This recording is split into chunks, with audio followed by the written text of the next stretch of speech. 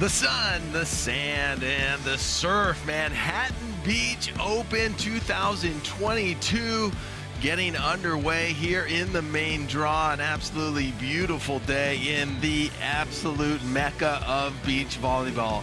I'm Dane Blanton alongside Matt Prosser, and we welcome you inside Stadium Court. Have a great matchup. The women are up these first two matches here on Stadium, and we'll switch to the men. We have 10 matches on Stadium Court, if you can believe it. This is going to be a good one. I mean, it's the iconic Manhattan Beach Open, the first day of the main draw. Dane, it's a pleasure to be here with you. I'm excited to partner with you here in the broadcast booth and looking forward to some of the best volleyball action that the AVP can provide all day long. Friday morning, and the crowd is out and ready to go. Let's go down to the court to DJ Roche for player intros. And here we go. Set number 2 here in Manhattan Beach. Put your hands together. Oh, we're going to do that again. Ladies and gentlemen, put your hands together. There you go. This is Manhattan Beach. This is how we do it. This first player is an outside hitter at MIT from Howell, Michigan, but living just down the road in Hermosa Beach. Put your hands together for Megan Gebhard. And her partner from Stanford University, but born and raised right here in Manhattan Beach, California. Put your hands together for Kate Reilly. And on the other side of the net, coming out of high school, she was the 6th ranked recruit in the nation. She's a national champion from USC, and after winning the Atlanta Gold Series event a couple weeks ago, she can also call herself an AVP champion. Put your hands together for Julia Scoles. And her partner. Let's talk about grit, perseverance, and hard work. She played in the Manhattan Beach qualifier 1 week after turning 17. She made her first AVP main draw in 2011. She played in 6 finals before making her 7th finals appearance, where she put her name in the history books just a couple weeks ago in Atlanta. Put your hands together for the AVP champion, Gina Urango.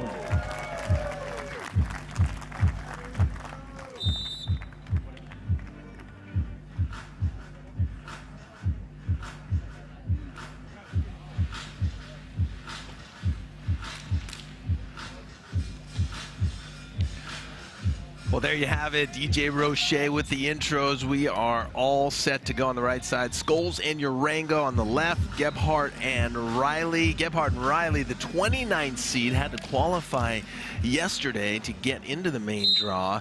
And you heard DJ Roche call it.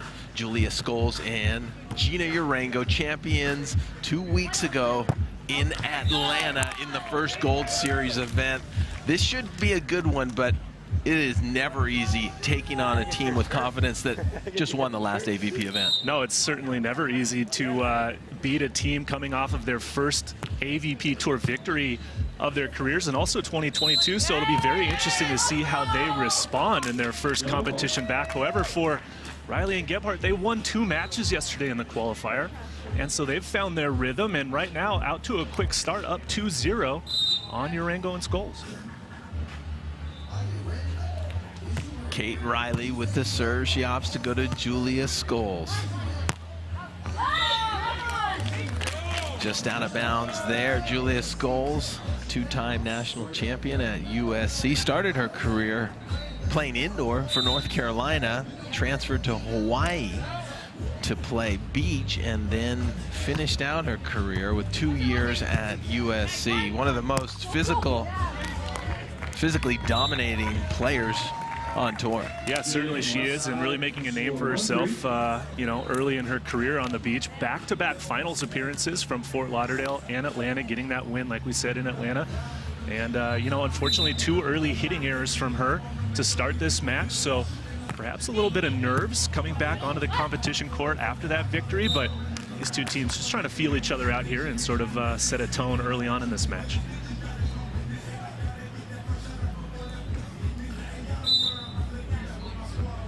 Good look at Gina Urango winning her first AVP event 2 weeks ago in that Atlanta Gold Series event. I'm calling her Gina 2.0. Yeah. Since she, I believe, was in 7 finals before, never had won a tournament, but it's kind of the resurgence of Gina Urango playing with Julia Scoles. She gets that young player coming out of college, and what do you know, she always knew that she had the tools and the ability. It just was getting over that hump. Yeah, Gina, now 33 years old, has had a long and successful career, but you're right, 7 finals and finally breaking through to get that first victory. It wasn't a matter of if, but just sort of win, and finally, yeah, you make a good point. Urango 2.0. Really. You like that? That's a good one. We're going to have to get some shirts made up for that one and pass them out to the family and the support crew for her. But it's great to see her come back and show that perseverance. And just like DJ Roche said during the intros, the grit that Gina Urango has to continue to play and compete at such a high level.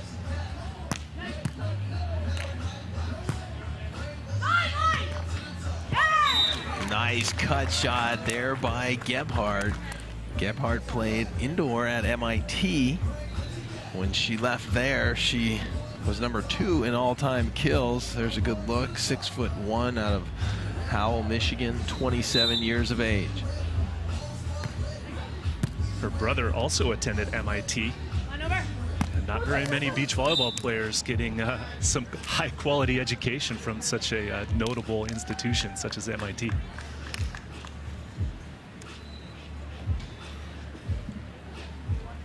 Megan Gebhard, Kate Reilly, as I mentioned, had to qualify. They beat Emma Morris and Sunny Villalpando in their final match to get into the main draw yesterday. There's Gebhard, nice hit down the line. So this is always tricky, right, Dane? I mean, you've spent a lot of years on tour as a really highly seeded, team taking on qualifier teams that had played the match before that you might not know very much about. And it's a little bit of a puzzle, early on to kind of understand what the other team's going to do because you've never seen them before. You don't really have any chance to scout them.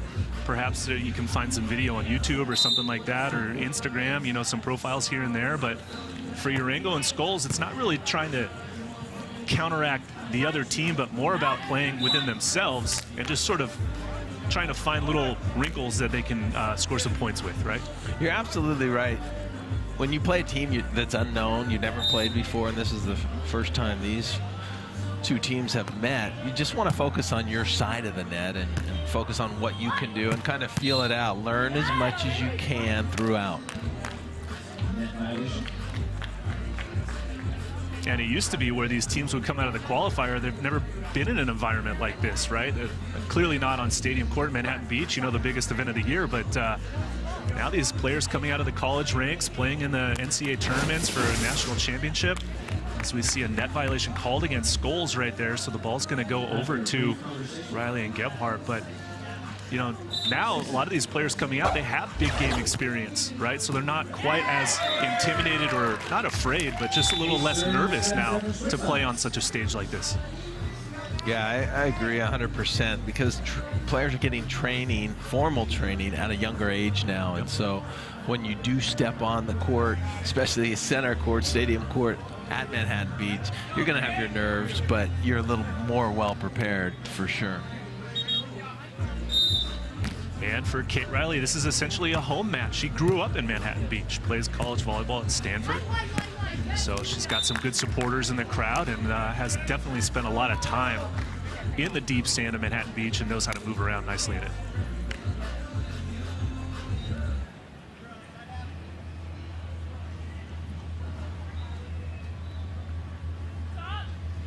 Scoles and Urango, 8-7 here in the first set, first round.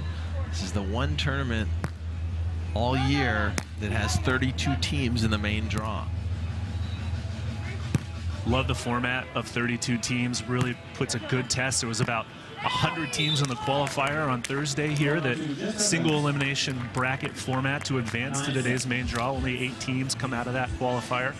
So super intense, high pressure moments, and just really sets the tone for, again, the title that everybody wants here is the Manhattan Beach Open champion.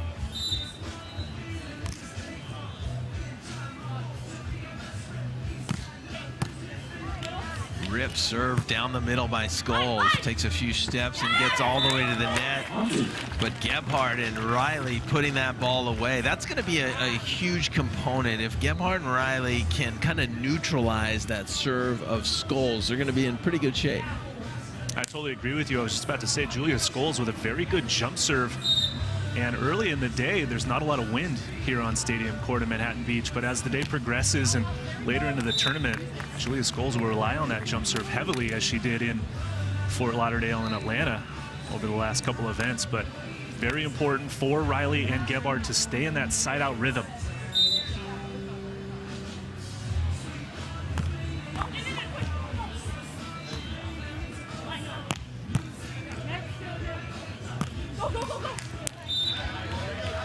Nice dig right there and put away by Gina Urango. Smooth play. It's one thing about digging the ball, but can you convert it? And that's what Scoles and Urango have managed to do so much this season, hence the victory in Atlanta.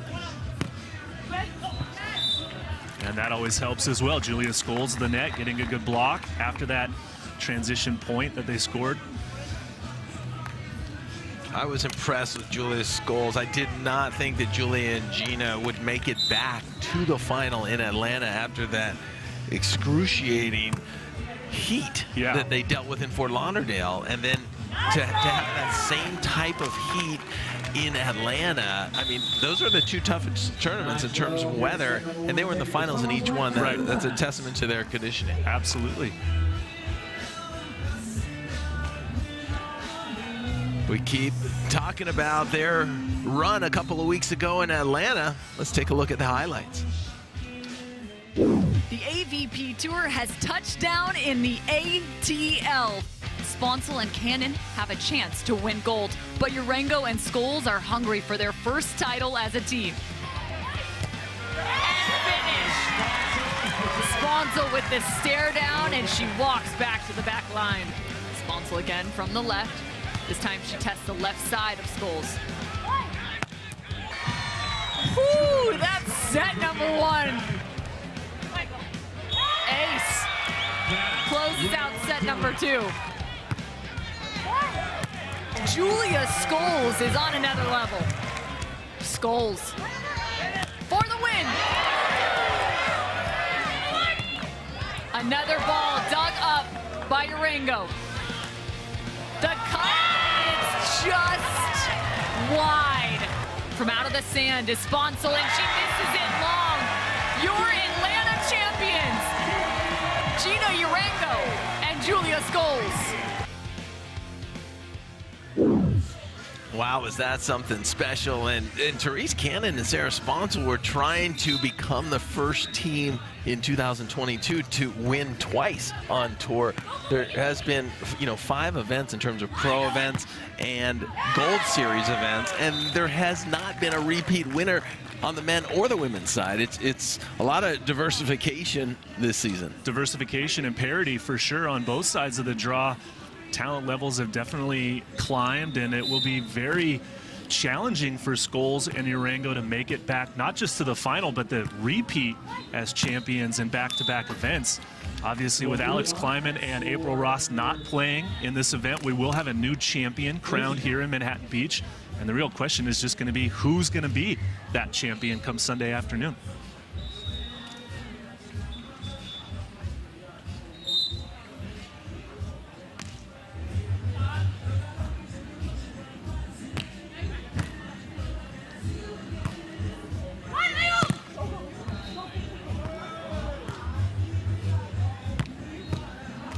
Great overhand dig by Scoles. She'll have an opportunity. Rips it cross court. Reilly with a perfect dig. And now it's Reilly down the middle. Kate Reilly playing for Stanford University. Showing some heat right there. Yeah, Kate Reilly with a great dig and then turning it back for the point on the counterattack after Julia Scoles put in some serious work in that rally up at the net, and point goes to the opposition. You mentioned Kate Reilly being a local. She's one of those kids that kind of grew up on the beach, so good with her ball control, so good with her volleyball IQ, knowing exactly where to go at the right time, and she's going to be fantastic as she finishes out her collegiate career, but more importantly, as a professional. Yeah, I mean, you know, Coach Andrew Fuller, you know him very well. I know Andrew as well, and doing a really good job with that program up at the farm, and you know, doing some nice things. They're in a very difficult conference in the Pac-12, which you are well aware of, being the head coach at USC. But Kate Reilly obviously doing a great job in her upbringing here in Manhattan Beach, probably getting a lot of high school action, obviously good club coaching, and just continuing to work her way up through the ranks.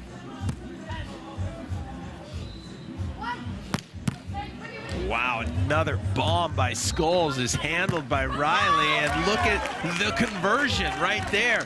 Doing it, make it look easy right now, man. Looks a little bit like you playing defense back there, Dane, back in the day. Look at her sit in the pocket, get a great scoop, move back to the middle of the court, closer to her partner, and then turn it back to the line for that transition point. Cagey play over on 2 by Urango. We saw a lot of that in the finals in Atlanta. Some really interesting left-handed plays, some trick plays, and she was going up against Sponsel on the other side of that, who's kind of known for some of her tricks. So, you know, the option play has become such a dangerous weapon in beach volleyball, especially when one team is specifically serving your partner the whole time. You want to take some pressure off of your partner, see if you can get the side out on that option play like Urango did right there.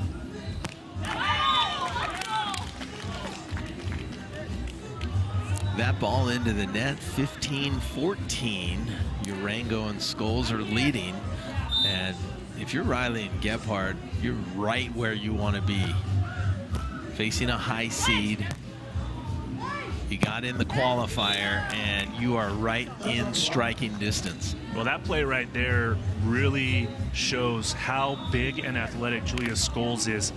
That pass took her off the court, but she got a great set from her partner. Goes up and attacks the line hand of the blocker, and it goes out of bounds.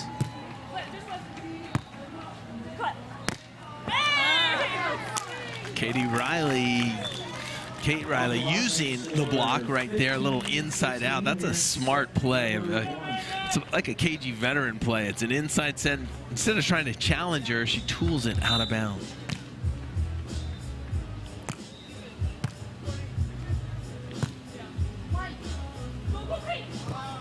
The lefty poke shot, Julia Scoles. Yeah, good vision right there. That set might have been a tiny bit too tight for Julia, but using her long left hand that time to go with the knuckle shot over the block and down.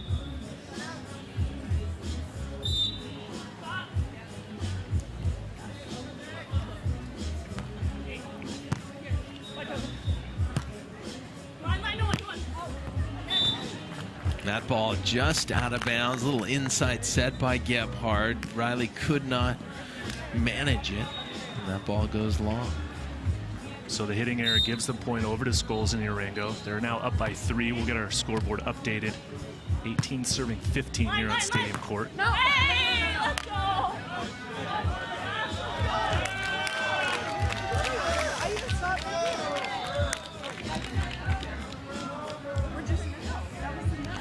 The argument right now is, did that ball even clear the net?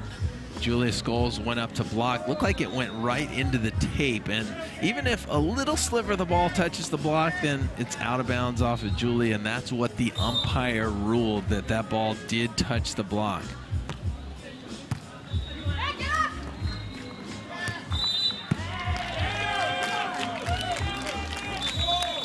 Some late pressure here coming from Reilly and Gebhard, down by 1 on the side switch.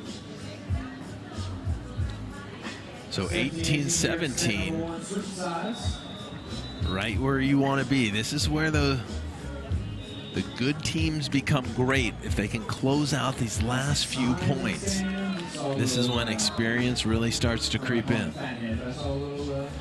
Here's Kate Reilly.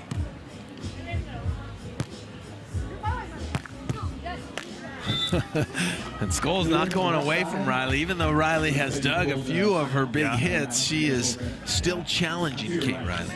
Well, this is a stage of the game where they've been serving Scoles entirely throughout this set. I would be surprised if they didn't throw one over to Gina Urango if they get a chance to test her out late in the first set. Urango with the dig. Opportunity to put it away, but Gebhard reads it with a drop and then peppers one off of the shoulder of Urango. And it is a 1-point ball game once again.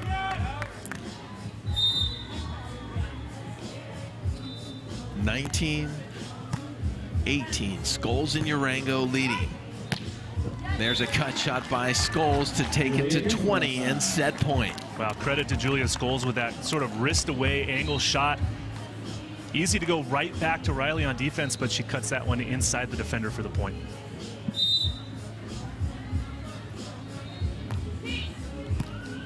Scoles hitting over 450. She drops there. That middle ball, Urango has been waiting for it. And then an off-speed change-up right there to go to 21 and wrap up the set. So fantastic first set by all four athletes out there, Gebhard and Reilly, right in this one. We'll see if they can turn it around after the break.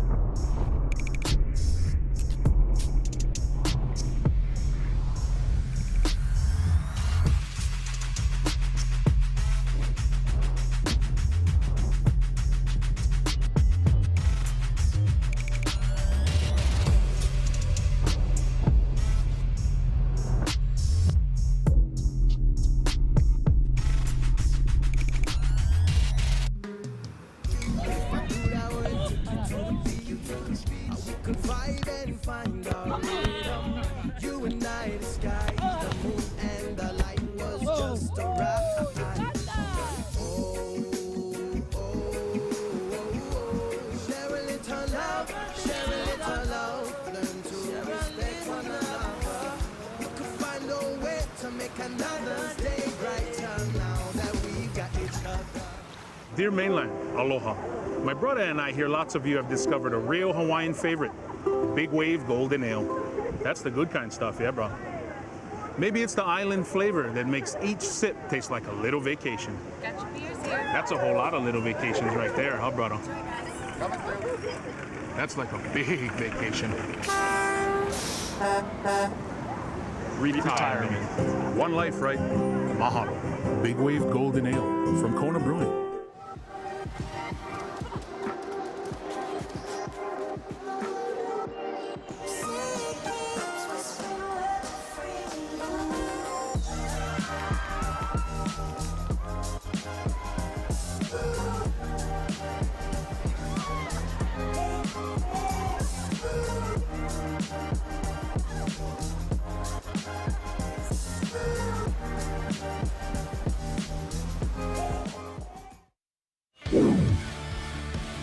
Welcome back to Friday morning. Stadium Court set number 1 is over. Take a look at the stats.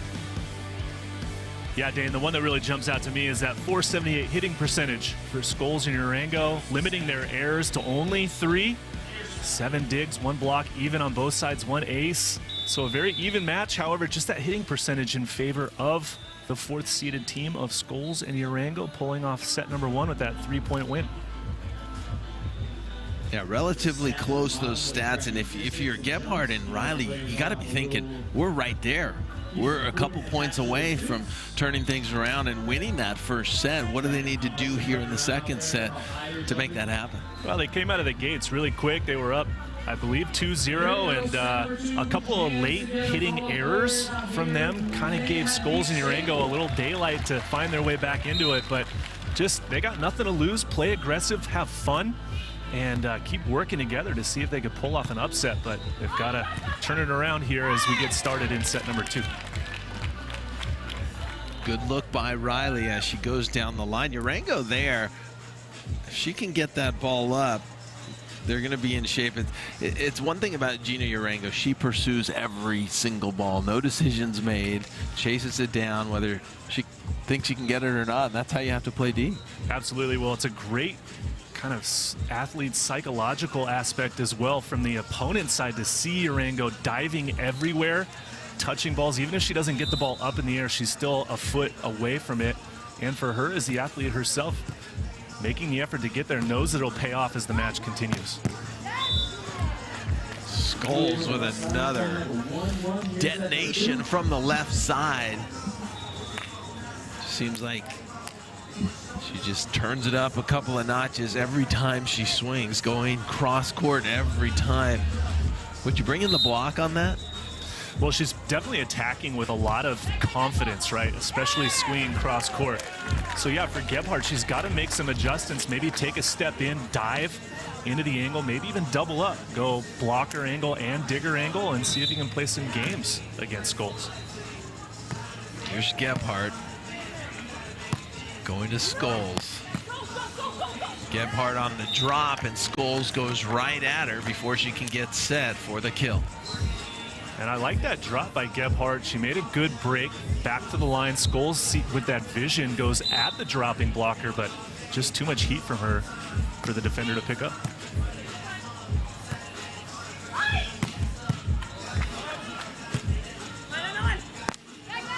Oh, Urango with a beautiful dig and the off-speed deep shot put away. Yeah, that's a great counter-attack from Gina Urango. A perfectly played dig. And Scoles, got to give the blocker credit, able to turn and put up a great hittable set on the counterattack for Gina, and then she follows it up with a service ace. Ace serve, second for Gina. Using all the equipment she could. Top of the net, tagging the line. Serving has become so important. Where you serve, positioning. And there's such a variety now with the top spin serve. The jump float seems to be the serve of choice for most, I would say most players, both men and women. Yeah, and it's a big part of it is to kind of complement your partner's service game as well. So Julia Scoles going with that strong jump serve. And anyone that's been watching Gina Urango throughout her career knows that she was a top spin jump server for a long time. Well, now with Scoles' jump serve from the inline, Gina can go back, mix in a short float serve, kind of that jump hybrid down the middle, and really try to keep their opponents sort of on their toes, guessing on what kind of serve is going to come. Reilly with a nice jump float of her own, and then just out of reach of that line shot, a rare line by Scoles. Well, just like we were talking, you saw Gebhard dive into the angle, Reilly breaking to the line, but Scoles gets a little help from the net system there, and that ball drops right in front of the defender.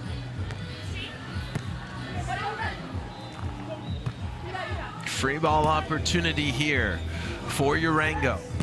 And she uses the block of Gebhard out of bounds.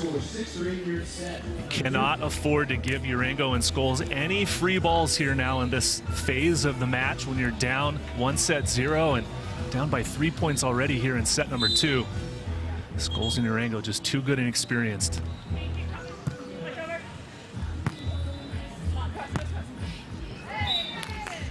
Oh, that was the right idea, just poor execution, missing the sideline just by a few inches.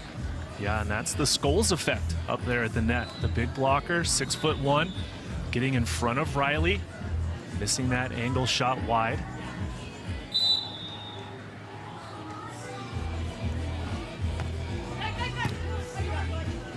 Tough float serve results in an overpass, and Scoles knows exactly how to put that one to the sand, and it seems like Scoles and Urango really starting to warm up here in the second set. Well, a dream start for them, up by 5 points here.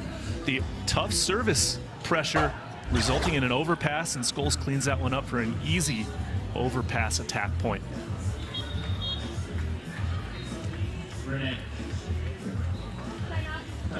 Julia Scoles getting a lot of work here.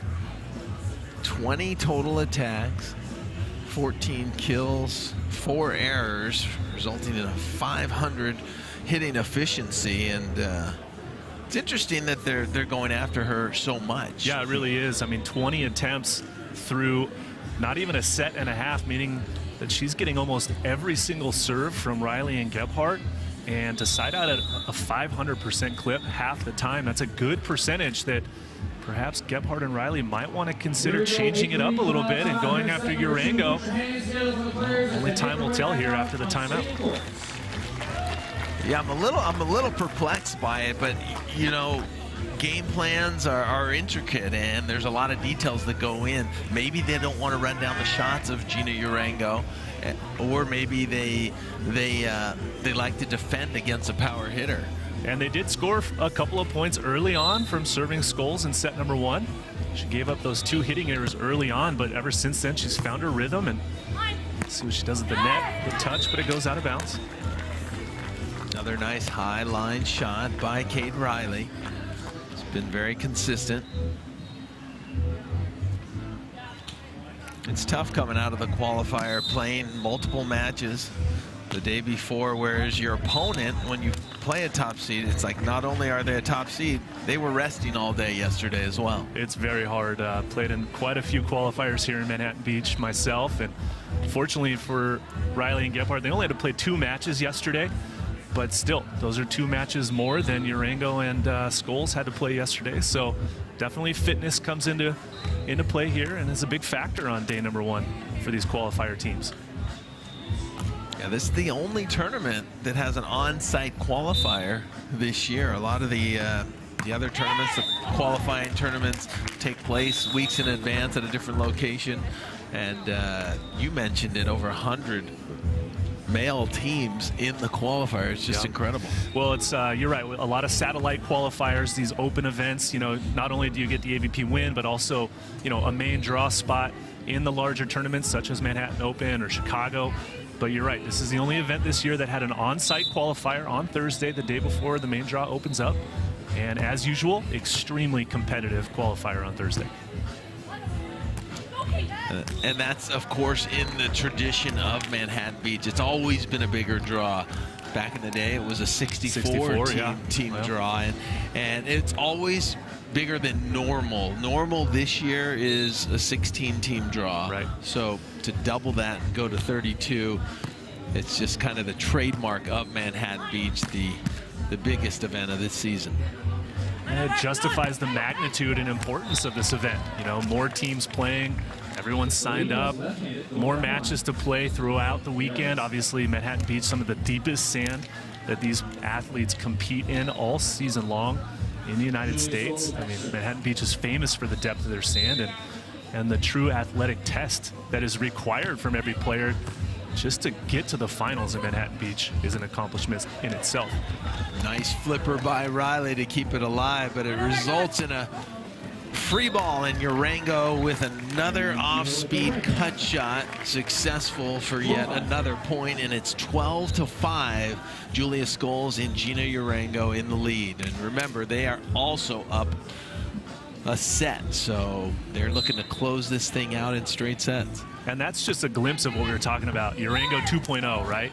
Maybe younger Gina would have taken a hard swing at that ball, as you know, no blocker up in front of her, but as she's played more, she's gotten a little wiser, more experienced. Goes with that cut shot nicely in front of the defender.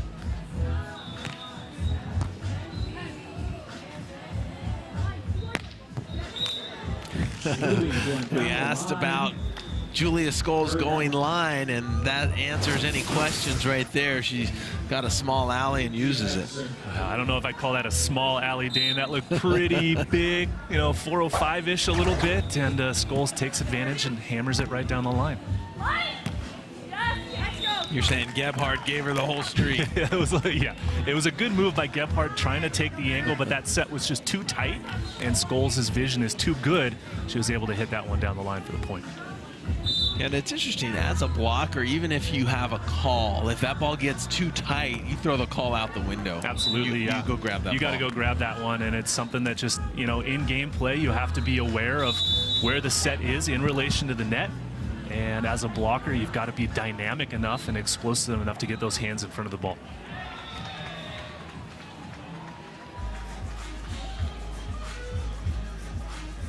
14-7 here in set number 2. Technical timeout. 14-7. Gebhard and Reilly trying to figure things out. Having some discussions there as fans starting to come out here on a Friday morning. I'm sure some of them skipping work for this 3-day event here in Manhattan. Looking at the stats, the hitting efficiency is always the big indicator. And it's gone up in set number 2. It was at 428, I think, in set number 1, and since then, Scoles and Urango have really just put their foot on the gas. Look at that, 13 digs for Scoles and Urango, nearly doubling up their opponent. And really, for them, it's just about getting to the finish line as fast and as effectively as possible and prepare for their next match. It was interesting on those stats, total distance traveled. It seemed like Scoles and Urango almost 1,000 more feet. Not sure if they're moving and shaking a little more. I'm Dane Blanton alongside Matt Prosser as we get things going here in the main draw at the Mecca, the Manhattan Beach Open here at Stadium Court. Julia Scoles, Gina Urango taking on Gebhard and Reilly. Scoles and Urango up a set, winning first set 21-18, and now with that ace serve, we're looking at 15-17 second set. And that's the service pressure we've been talking about, Dane. Julia Scoles not going with the jump serve, but she goes to that two-handed kind of hybrid jump float right down the middle, gets the point, and another good serve that time.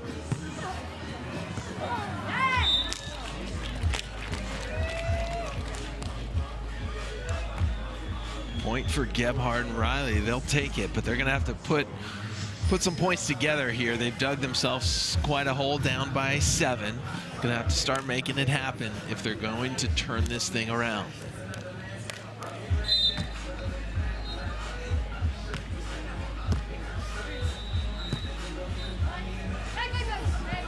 And they continue to go at Scoles, and again, able to go with that knuckle shot back to the line. Great vision from Julia Scoles to see the block come in, and then well placed for the side out.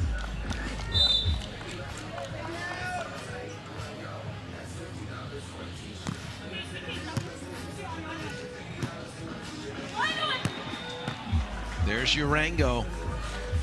Beautiful set by Scoles, a little poke shot to the deep corner, and Scoles and Urango very consistent here this morning, as they have been all season long, having a lot of success on the AVP tour. No finishes less than 3rd place for Urango and Scoles, and we mentioned earlier they won the last event, which happened to be the first Gold Series event. As this rally goes back and forth, here's Scoles, and she says enough is enough and puts that away. But Matt, this is so important, the Gold Series event. 2 out of your 3 best Gold Series get you into the AVP Championships in Phoenix. The front runners right now are Julia Scoles and Urango after winning that Atlanta event. Imagine if they could back it up with a win in Manhattan. That would be a pretty special back-to-back for Scoles and Urango. They've been working really, really hard, obviously, living in the South Bay in Southern California. They work with Nancy Mason as their coach, a very experienced and successful player and now coach on the beach scene. And yeah, trying to punch their ticket to Phoenix. Getting to the finals here this weekend would be a huge advantage for them. Yeah, that would pretty much lock it for them. It's your best 2 out of 3, and wow, they've been consistent. And to think that they haven't finished out of the top 3, I think that's a huge accomplishment for them. They got a 2nd in Muskegon, a 3rd in Denver, then a 3rd in Hermosa Beach, a 2nd in Fort Lauderdale. We were talking about that event being so hot and humid, and then they backed it up with a victory in Atlanta a week later. Here comes Urango, and there's that off-speed cutty. It's like you're in that angle waiting, but the ball just doesn't come to you. She takes enough off of it, so it lands in front. Yeah, just perfectly placed. I mean, it doesn't get any better than that from Urango. She could have gone for the power swing, but we'll see on the replay here, just with that high contact point, a lot of wrist action to snap that ball and get it to drop right in front of the defender. Tough serve right there by Scoles. And that will put Urango and Scoles at 20, which makes it match point number 1. Early here on Stadium Court in Manhattan Beach.